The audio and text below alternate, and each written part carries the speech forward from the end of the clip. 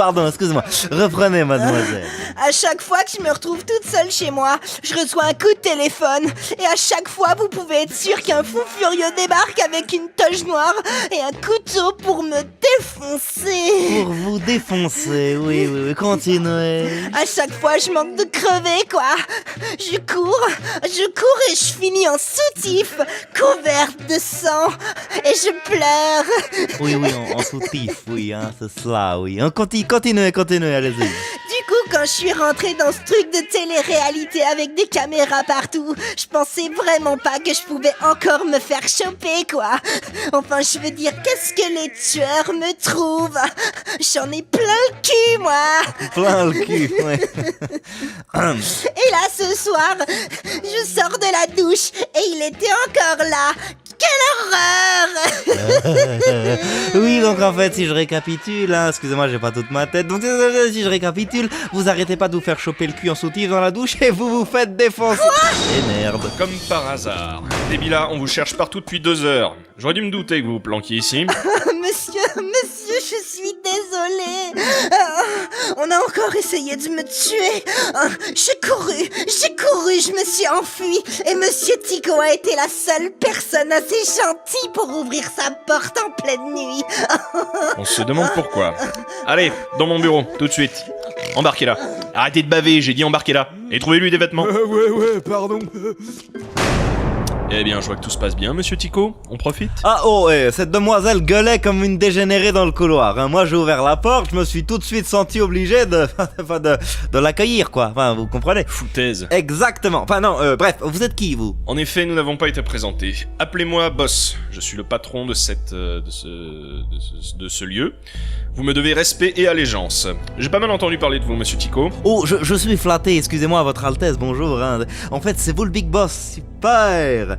Est-ce que je peux vous poser une question? Dites toujours. Alors, déjà d'une, ce flic-là, Sésame, il m'a baratiné en me disant que je serais en sécurité dans un asile pour que j'exerce avec brio mon métier. Ok, d'accord, ça va, il y a des fous partout, c'est cool. Puis, il m'a dit que nous étions dans une prison. Une prison, oui. Il y a des barbelés partout, des portes blindées, et dès qu'il s'agit de dire où nous nous trouvons, tout le monde bafouille, hein. Alors, une bonne fois pour toutes, où sommes-nous? Les gardes font des lapsus en permanence, hein. J'aimerais vraiment pas être pris pour un lapin. En effet, nous avons lapsusé. Oh ouais. Puisqu'on ne peut rien vous cacher, nous sommes dans un asile, collé à une prison, collé à un hôpital, collé à un supermarché discount, collé à une salle des fêtes, collé à un distributeur de capotes. Dehors, c'est l'apocalypse et hormis une trentaine de personnes saines d'esprit parquées dans le gymnase, il n'y a que des criminels, des tarés et des zombies dans l'enceinte de ces murs. Content? Vous êtes con. Ok, d'accord, je vous aime bien, vous. Bon, laissez tomber. Autre question concernant Marivonne. Vous savez, ma secrétaire, là. À un moment, on me dit qu'elle est là, qu'elle est ici, qu'elle est là-bas, bref, voilà. Il se passe quoi avec elle? Elle est où? Monsieur Tico, il y a 2 sortes de fous. Ceux qui sont fous et les autres. Marivonne est dans la 3e catégorie. Elle a côtoyé des fous à longueur de journée pendant des années. Aujourd'hui, elle refoule de tellement de choses qu'elle est obligée de faire des stages dans tous les services de l'hôpital pour s'en sortir. Et je ne sais pas si elle aura assez d'une vie pour revenir à la raison. Eh ben, arrêtez les frères, envoyez-la moi, hein. Y a de la place ici. C'est pas faux. Toi, va chercher Gros Pif et son mari, trouve-leur une cellule vide dans le coin. Si elle mord, donne-lui des croquettes. Ok, patron. Marivonne, Gros Pif et son quoi? Eh oui, les choses ont changé à Magouillon de Ville. Bonne nuit, monsieur Tico.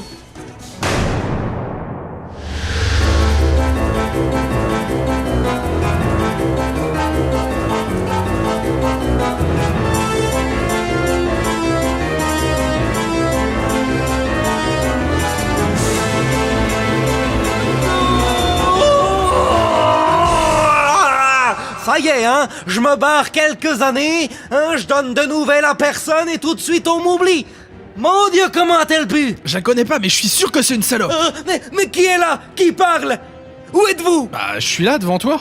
Il n'y a absolument personne devant moi. Bordel, ça y est, je débarque dans un asile et la drogue refait effet. J'ai pas cassé ma dent pourtant. T'as une dent avec de la drogue dedans? Bon Dieu, je commence à devenir fou. Oui. Mais pourquoi tu dis Et toi? Parce que je parle seul à un mec et que je ne sais même pas où il est. Je suis seul ici. Bon Dieu, ça y est, je suis fou. Ou alors c'est l'autre débile à poil qui m'a retourné le cerveau. Ah ouais, en effet, elle avait de beaux coussins. Bon, allez, je vais t'expliquer parce que bon, c'était marrant 5 minutes, mais... Il continue de parler. Non, il ne parle plus. Mon délire est passé. Formidable. Bon, t'as fini. Ah Ta gueule. Hey, mais laisse les coussins de mon canapé tranquille, saloperie de fantôme de merde. Non, je suis pas un fantôme. Tu t'assois et je te raconte, ok? Ça doit être les médicaments qui font ça, hein. Le trip est bon, mais vachement flippant. Baissez la dose, s'il vous plaît. Oh, mais y a aucun trip. Tu te souviens que t'as laissé crever un mec l'autre jour dans ta cellule? Ah bah voilà, on est d'accord, je l'ai pas tué, hein. Attendez. Comment vous êtes au courant? Bah, c'était moi. Ah, vous êtes le mec qui est mort, mais qui est pas mort. Monsieur les gardes, il est pas mort. Chut. Mais si, je suis mort.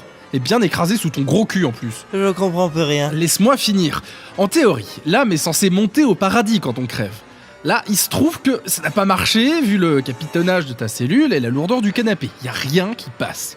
Donc, mon âme a été transférée dans l'objet le plus proche de moi, ton canapé, alias, bah moi maintenant, hein. C'est clair, limpide et complètement logique. C'est complètement con. J'ai eu du bol, un peu plus et je finissais en moquette ou en trou de balle. Du coup, bah j'ai bouffé mon ancienne enveloppe corporelle histoire de tenir quelques jours. D'ailleurs, je te remercie de manger comme un porc, hein, en étant affalé sur moi. J'adore les miettes de chips, la choucroute et toutes ces choses. Eh mais, je me demandais où était passée mon assiette l'autre jour. Bah oui, j'avais la dalle, le plastique c'est pas ouf, mais ça cale un trou. Ok, d'accord. Eh ben, demain matin, j'appelle les mecs pour qu'ils me changent ce divan de merde, on est d'accord? Ah non, réfléchis 2 minutes, tu pourras avoir besoin de moi. Ah oui, super, si j'ai besoin d'une crise cardiaque, je sais où te trouver. Ah, regarde, tu vois tout à l'heure, l'autre cruche là. Si je fais en sorte de te la mettre en condition, c'est du tout cuit pour toi. J'ai compris ton petit jeu d'enregistrer tes patients, c'est pas mal. Tu vois, je peux te recaler les micros, hein, parce que aux dernières nouvelles, bon, hein, ils sont quand même planqués dans moi, hein, là, voilà. Donc, techniquement d'ailleurs, dans des endroits que la décence m'empêche de mentionner. Hein. Alors t'es vraiment un canapé qui parle. Bah oui. Tu sais, je suis quand même resté enfermé quelques temps dans ces murs, hein. Je sais que certains mecs, ils sont pétés de thunes, par exemple. Tu vois, ça serait dommage que leur portefeuille, ils tombent entre les coussins du canapé, tu vois ce que je veux dire? T'es en train de me dire qu'il y a de la monnaie qui circule dans la prison. Bah ouais, pas officiellement, mais c'est comme ça qu'on achète les gardes, qu'on paye les filles, qu'on marchande des trucs. Écoute, on n'a qu'à faire un test. Si ça te convient pas, tu demandes au gorille de te changer ton divan. Il y en a pas 36 000 dans le coin, hein. Marché conclu. Il va juste falloir que je boive un coup après cette discussion, mais en soi, j'aime bien l'idée. Dis voir, t'as des patients demain? Je crois que j'ai un serial killer en fin de journée, et sinon, là maintenant, je vais aller dormir parce qu'il faut vraiment que je dorme. Ok, pas de soucis. Bonne nuit, Wallace. Oui, c'est ça. Eh ben, bonne nuit, canapé.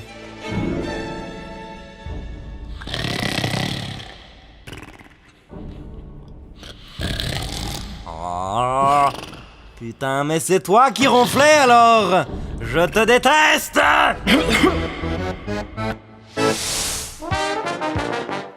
Hey, on se fait une bataille de coussins? Hey, j'ai entendu bataille de coussins. Non, laissez tomber, je parle tout seul. Vous désirez... Oui, c'est au sujet de Madame Gros-Pif. Bon, elle a clairement pas envie de vous voir, mais est-ce que vous voulez quand même venir avec moi pour la persuader que c'est une bonne idée? Ah, j'arrive! Une seconde, gardien. Pouvez-vous aller voir dehors si j'y suis? Oh ouais, tout de suite, monsieur Tico. Hey, je peux venir avec toi? Ah bah oui, bien sûr, je vais trimballer un canapé dans toute la prison, champion. Ouais. Non, non, t'inquiète, je me transfère dans le coussin, là, regarde. Cette série devient complètement absurde. Enfin, encore plus qu'avant. Oh, ta gueule, allons voir la moche. Gardien, mène-nous à Marivonne et à son enfoiré de mari. Je dois vous dire, elle n'est pas très contente de vous savoir ici. Hein. Dès qu'elle a su que vous étiez revenu, elle a mordu un mec et elle a recommencé à manger ses excréments, bref, son caca. Oh, c'est tout à fait charmant. Marivonne de la visite, c'est Wallace Tico, le mec que tu veux pas voir qui est là. Salut!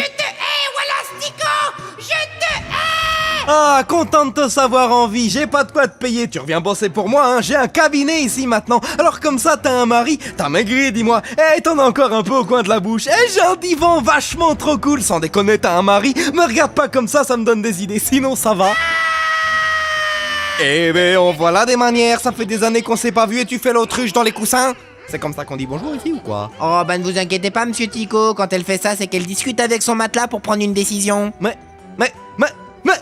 Vous vous souvenez de moi? Je suis Antoine-Joseph Lacaille. Je venais vous voir avant. Monsieur Lacaille, vous ici, mais c'est génial! Les retrouvailles, ça m'émeut toujours. Oh ouais, je comprends ça. Hein? Qui parle? Attention, je vais faire du kung-fu. Mais que faites-vous dans la cellule de Marivonne? Vous avez fait un club en mon honneur depuis toutes ces années? Oh, il fallait pas. Oh bah non, hein, j'attendais que Mimi revienne de cure pour lui dénouer sa camisole, et puis après on aurait fait sans doute un Scrabble avec l'agent Smith. Mimi, d'accord, c'est cool. Ouais, dites-moi, j'ai cru comprendre que Marivonne avait un mari. Ça vous dirait pas qu'on aille lui péter la gueule tous les deux? Ah bah oui, pourquoi pas, mais comme je me suis déjà pété la gueule dans les escaliers tout à l'heure, est-ce que ça compte? Non, laissez monsieur Lacaille, je suis tellement heureux de vous voir. Je ne veux pas vous mettre dans ces histoires d'hommes, hein. Bon, Marivonne, je te laisse réfléchir à ma proposition, hein, d'accord? Quand tu seras fixé, tu le diras au gardien, d'accord? Il faut que je file, j'ai une séance à préparer. Au plaisir de vous retrouver sur mon divan, monsieur Lacaille. Super, à bientôt grand chef. Ça y est, c'est bon. Bon, je vous raccompagne. Oh, pas la peine. Allez plutôt me chercher un café, s'il vous plaît. Oh oui, avec plaisir, monsieur Tico. Et une pizza, des DVD de merde et un cocotier. Oh oui, j'y cours, monsieur Tico, j'y cours. Et que ça saute. Ça alors, sacré monsieur Lacaille, hein. Sérieusement, je pensais pas le revoir de sitôt. Je pensais même qu'il était mort. À ce sujet, vous n'avez pas compris que... Tu vas voir, ce mec est complètement taré. Tu vas vraiment prendre ton pied quand... Enfin, quand je dis prendre ton pied, c'est... Enfin, bref, désolé. Pas grave. Minute, papayon. Je viens de comprendre un truc. Ah bah enfin, Marivonne, Lacaille... Ils ont un Scrabble. Oui, on va pouvoir faire des tournois de Scrabble. Mais ça, quand on aura pété la gueule du mari de la tachonne. Yeah, j'y tiens.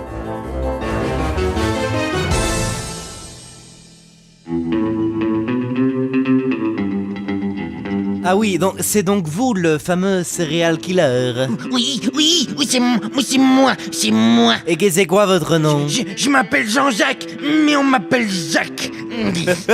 Jack, comme Jack l'éventreur, on est d'accord? Oui, c'est moi. sans déconner, non. Attendez, c'est vraiment vous, hein? Enfin, je suis un petit peu choqué quand même, hein. Je m'attendais pas vraiment à ça. C'est marrant, hein, parce que tout le monde il me dit ça. Mais c'est moi. Alors c'est vous qui avez buté toutes ces prostituées. Non mais vous voulez qu'on en parle? Bah oui, parce que en fait j'étais juste un mec qui avait envie de voilà quoi, hein, les choses de la vie. À chaque fois que j'allais voir une prostituée, elle rigolait comme vous là, elle rigolait. Alors je déteste qu'on se moque de moi. Alors je les ai tués. Non, sans déconner, je comprends rien du tout à ce que vous racontez, mais non, mais c'est pas juste ça. C'est pas vous, le mythe Jack l'éventreur, c'est pas possible, ils se sont trompés quelque part.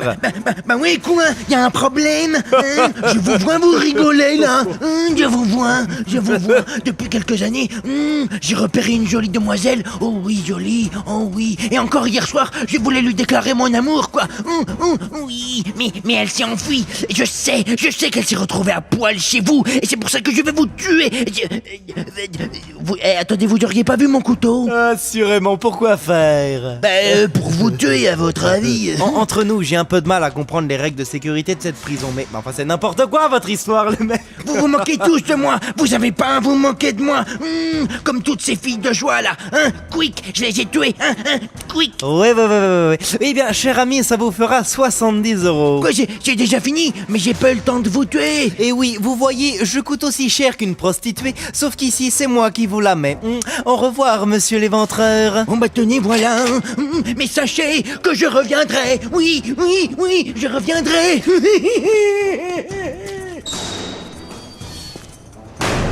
Hé, c'est toi qui lui as piqué son couteau. Hé, bien vu. Monsieur le canapé, vous êtes embauché. Putain, j'en reviens pas, on m'a collé un canapé qui ronfle.